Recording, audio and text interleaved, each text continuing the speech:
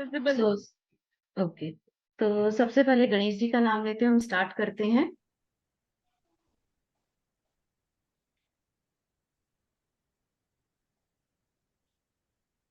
Screen visible है ना जी ma'am. Tejinder जी? ठीक है। हाँ। सो हाँ। यस। तो what is numerology? Numerology basically एक ऐसा साइंस है जो नंबर से रिलेट करता है। अब आप देखिए, नंबर्स का हमारी लाइफ में बहुत बड़ा रोल रहता है। हम लोग कई बार बहुत सारी चीजों को अडॉप्ट करते हैं, लेकिन हम ये भूल जाते हैं कि हम किसी एक पर्टिकुलर डेट पे पैदा हुए हैं, किसी एक पर्टिकुलर टाइम पे पैदा हुए। वो सारे नंबर्स ही तो हैं। हम अगर अपने चारों तरफ देखेंगे तो हम नंबर से घिरे हुए हैं। हमारे पास हमारा मोबाइल नंबर होता है, हाउस नंबर होता है, व्हीकल नंबर होता है, देन हमारा जो नेम है वो भी किसी एक पर्टिकुलर नंबर की साउंड पे आगे खत्म होता है। तो ये सारी चीजें जो मिला के हैं, ये न्यूमरोलॉजी में स्टडी करी जाती हैं, जिससे हम ये जान सकते हैं कि कहाँ क्या हम चीजों को अपना इम्प्रूव करके एक बेटर लाइफस्टाइल ला सकते हैं। अगर जैसे मैंने अभी पहले भी आपको कहा था कि कई बार हम बार बार कुछ रेमेडीज करते हैं, या लाइफ में हमारे स्ट्रगल बहुत ज्यादा होती है, और जब हम किसी पंडित के पास जाते हैं, वो कहते हैं नहीं जी, पत्री में तो सब ठीक है, आपके हॉरोस्कोप में तो कुछ भी ऐसा नहीं है, या अगर वो रेमेडीज करवा भी देते हैं तो हमें उसका इम्पैक्ट नहीं आता उतना। इसका एक one of the main reason ये हो सकता है कि हो सकता है कि हमारे जो डेट ऑफ बर्थ की वाइब्रेशंस हैं, या हमारे नाम की जो वाइब्रेशंस हैं, वो उतना हमें सूट नहीं कर रही हो, जिस वजह से हमें लाइफ में स्ट्रगल आ रही हो। कुछ ऐसे नंबर्स होते हैं जो नॉट सो फेवरेबल होते हैं। कई बार ऐसा होता है कि अब जैसे जिनका सेल्स का बिजनेस है, हो सकता है कि उनका जो मोबाइल नंबर है उसकी वाइब्रेशन उनके साथ से सूट नहीं कर रही हो, जिससे उनको प्रॉब्लम आ रही हो। ठीक है, तो बहुत सारे ऐसे फैक्टर होते हैं जिसकी वजह से लाइफ में स्ट्रगल बढ़ जाता है। तो न्यूमरोलॉजी एक बहुत अच्छी साइंस है, जहां हम प्योरली नेम्स और नंबर को स्टडी करते हैं, ताकि हम अपनी लाइफ से स्ट्रगल हटा सके और जान सके कि एक्चुअली हम क्या हैं। क्योंकि इसमें हर नंबर का जो करेक्टर होता है वो अलग होता है। ये जब आप कोर्स ज्वाइन करेंगे तो आप इसको डिटेल में पढ़ेंगे। I hope it's clear to everyone. आप थम्स अप दिखा सकते हैं, आप यस कर सकते हैं। या ओके। यस। नाउ अच्छा, लोगों को ना एक बहुत बड़ा मिसकंसेप्शन है कि न्यूमरोलॉजी कोई नई नई चीज आई है मार्केट में, कि अभी 200-300 साल पुरानी है, और ये मतलब इसका कोई ज्यादा बेस है नहीं, जबकि ऐसा बिल्कुल भी नहीं है। अगर हम हिस्ट्री देखेंगे जो डॉक्यूमेंटेड है, आज से तकरीबन 10,000 ईयर्स पहले जो एशियंट सिविलाइजेशंस थी, चाहे वो ग्रीस की हो, चाइना की हो, रोम की हो, इजिप्ट की हो, वहां न्यूमरोलॉजी को बहुत बड़े ढंग से यूज करा जाता था। इसके अलावा जो इसमें नहीं मैंने लिखा है, मैं आपको वो बताती हूँ। न्यूमरोलॉजी एक्चुअली इंडिया में बहुत लार्ज स्केल पे पहले यूज होती थी एंशियंट टाइम में। अगर आप में से किसी ने कभी देखो, जो यंत्र हम बनाते हैं, आप लोगों ने यंत्र देखे हैं? भोजपत्र पे यंत्र बने होते हैं, उस पे क्या होता है, कोई मुझे बता सकता है उन पे नॉर्मली क्या लिखा होता है? Anybody can try. Ma'am numbers ही होते हैं वो हिंदी में। नंबर से होते हैं, एग्जैक्टली exactly। तो वो भी न्यूमरोलॉजी है, हम हिंदी में इसको अंक शास्त्र कहते हैं। वो कहाँ से आए हैं नंबर्स? मैंने एक जगह पढ़ा था एक शास्त्र में कि वो शिव जी ने बोले थे। जो यंत्र हैं बेसिकली, वो जितने भी शास्त्र हैं इनफैक्ट, वो शिव जी ने बोले थे। तो वहां से न्यूमरोलॉजी आई है, लेकिन जो डॉक्यूमेंटेड है वो अभी 10,000 साल पहले का है। और जो इतनी सिविलाइजेशन है वहां, ये सारा बहुत लार्ज स्केल पे चलता है।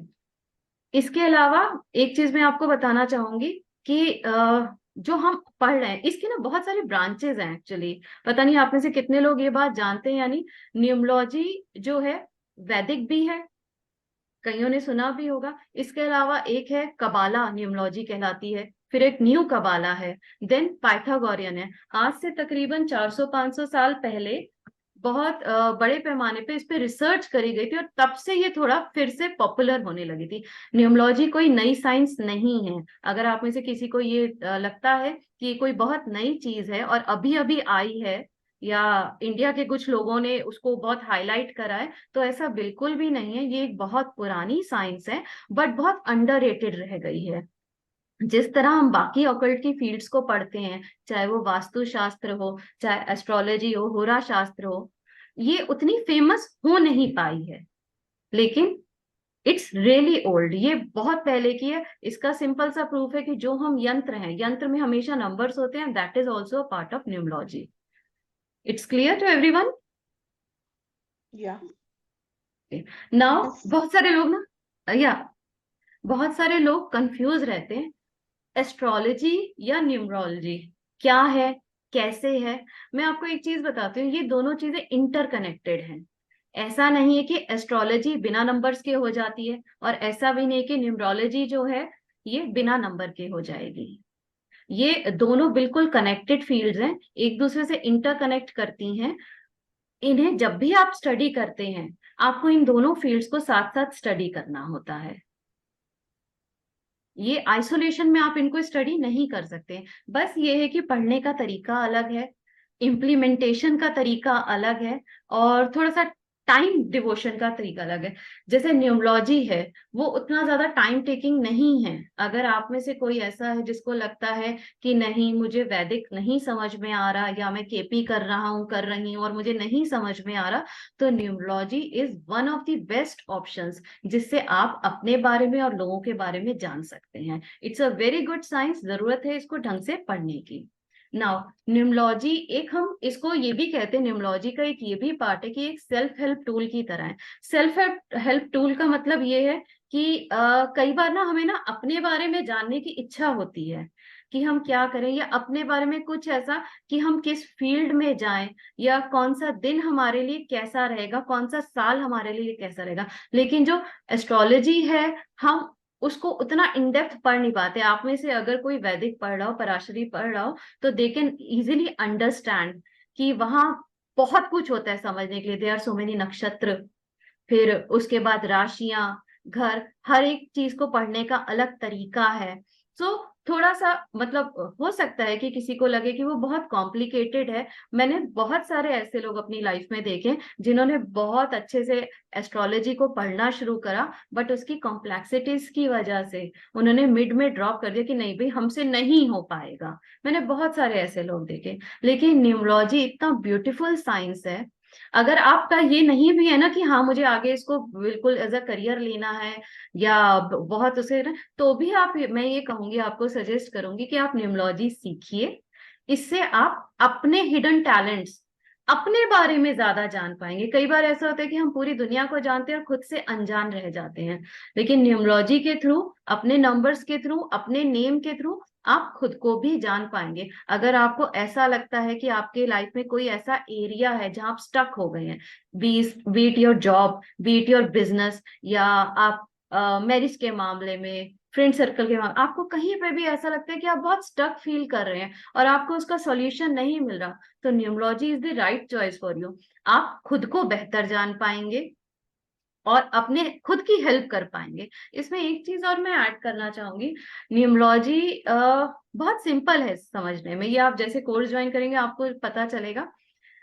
इसमें कई बार ऐसा होता है, हमको कोई इंसान मिलता है और हमें उस टाइम जज करना होता है। जज तो नहीं मैं कहूंगी, don't be judgemental for anybody. हमें ये देखना होता है कि क्या हम इस इंसान के साथ कंपैटिबल हैं कि नहीं, क्या हमारा इसके साथ आगे रिलेशन अच्छा रह पाएगा नहीं। सपोज कोई फ्रेंड है आपका, तो सिर्फ उनकी डेट ऑफ बर्थ के थ्रू आप ये जान सकते हैं कि क्या वो आपके साथ फ्यूचर में कंपैटिबल हो पाएंगे या नहीं।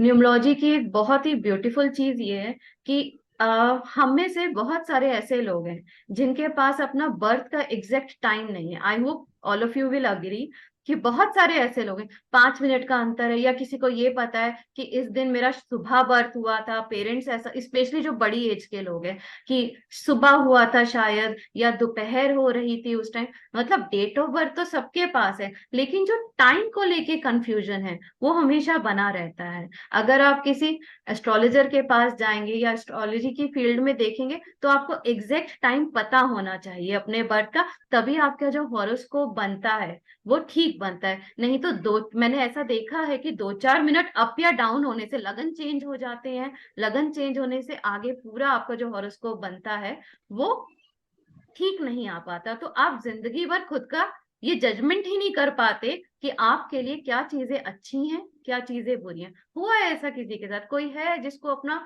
कंप्लीटली ठीक से उतना पता ना हो कि हाँ मेरा टाइम ऑफ बर्थ क्या है कोई हमारे बीच?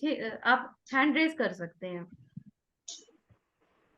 आप सबको पता है, चलिए बहुत अच्छी बात है, आप सबको पता है, लेकिन आप जब इस फील्ड में आएंगे, जब आप दूसरे लोगों को कंसल्टेशन देंगे, मैं पिछले 3-4 साल से कंसल्टेशन रेगुलर कर रही हूँ, और मेरे पास मतलब दिन में 1-2 ऐसे लोग आते हैं जिनको ये होता है कि मैम बर्थ का टाइम तो ये, but we are not sure.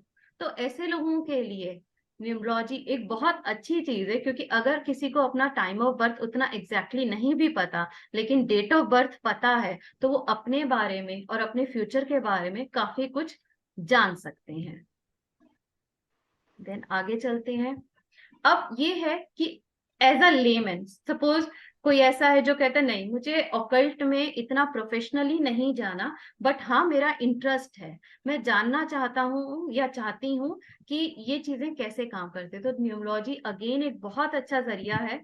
आप किसी पर्सन के करेक्टर को जान सकते हैं, उसकी बेसिक पर्सनालिटी क्या है आप उसको जान सकते हैं। न्यूमरोलॉजी सिर्फ डेट ऑफ बर्थ चाहिए आपको उसकी, या कई केसेस में तो ये भी होता है अगर आपके पास किसी की डेट ऑफ बर्थ नहीं है, आप सिर्फ उसके नाम के थ्रू उस पर्सन के बारे में बहुत कुछ जान सकते हैं, जो आपको डायरेक्टली इनडायरेक्टली बहुत ज्यादा फायदा पहुंचाता है। स्पेशली अगर आप किसी के साथ पार्टनरशिप शुरू कर रहे हैं, या आप किसी के साथ कोई डील करने वाले हैं, and you want to know कि क्या होगा इसका result. So numerology is a very beautiful science जो आपको एक इंसाइट देती है, किसी अपने बारे में तो देती ही देती है, सामने वाले पर्सन के बारे में भी आपको एक इंसाइट मिलता है कि वो पर्सन बेसिकली कैसा होगा, उसकी पर्सनालिटी कैसी होगी, और आगे जाके फ्यूचर में आपका उसके साथ रिलेशन कैसा रह सकता है। So it's a great way to gain insight, ठीक है, अपने लिए भी और सामने वाले पर्सन के लिए भी।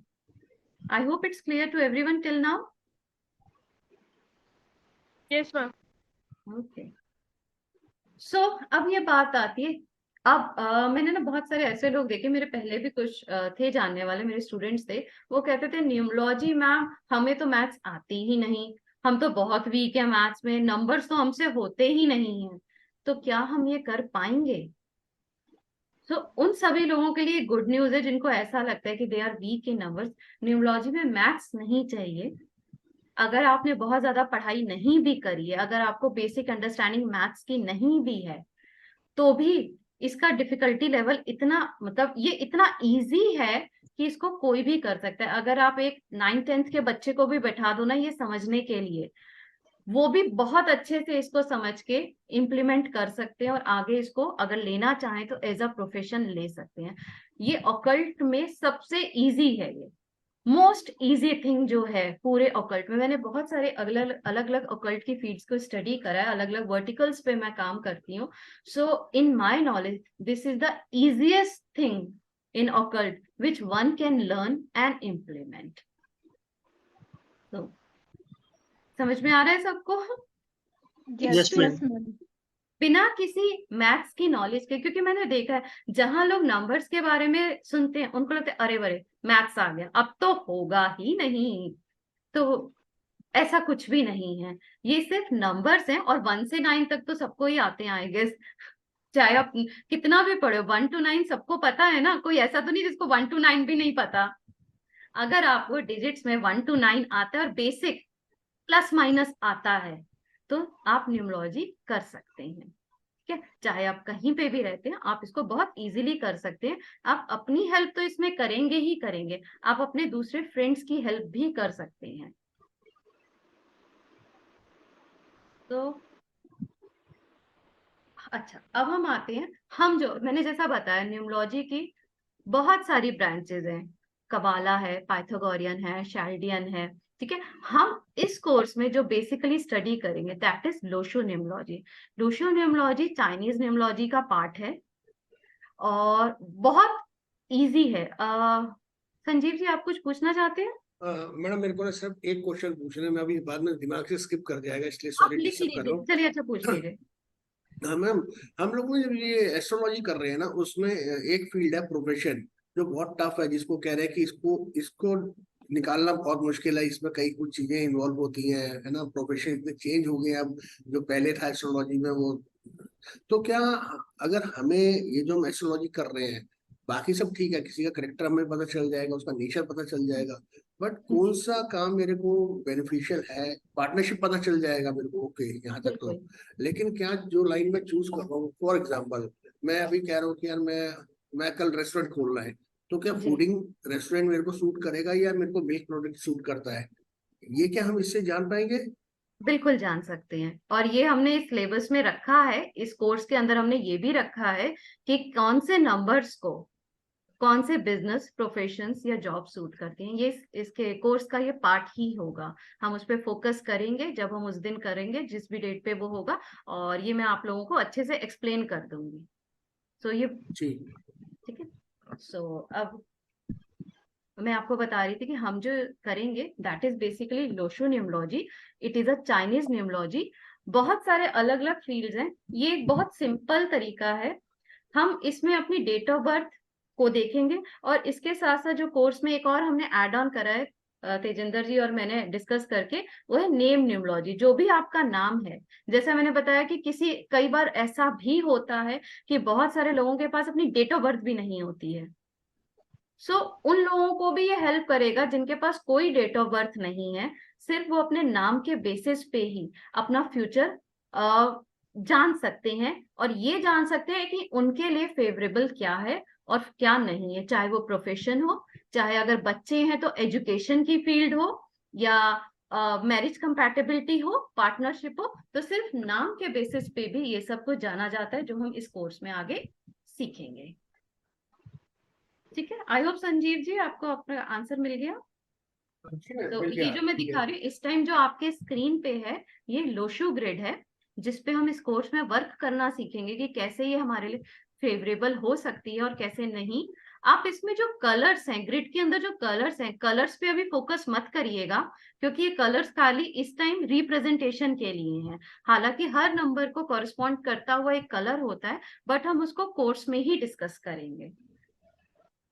ठीक है, सो this is the Lo Shu grid, जिसको हम थॉरली स्टडी करेंगे कि सिर्फ इस ग्रिड की हेल्प लेके, अगर आपके पास कुछ भी नहीं है अपनी डेट ऑफ बर्थ के अलावा, तो सिर्फ इस ग्रिड की हेल्प लेके हम अपनी लाइफ को बेटर कैसे बना सकते हैं। So I hope it's clear to everyone now. Yeah. Yeah. हाँ जी। So you can never go back and change your past, but you can always make the best out of your future. हम past में जाके उसको तो change नहीं कर सकते, लेकिन आज अगर हम डिसाइड करते हैं कि हमें कुछ करना है, तो ऑब्वियसली हम अपने फ्यूचर को अच्छा बना सकते हैं। और न्यूमरोलॉजी इसमें बहुत हेल्प करता है, क्योंकि ये हमारे फ्यूचर ट्रेंड्स को डिपिक्ट करता है। अगर आप लोग ऑकल्ट की फील्ड से हैं, आपको पता है एस्ट्रोलॉजी में प्रिडिक्शन उतनी इजी नहीं है।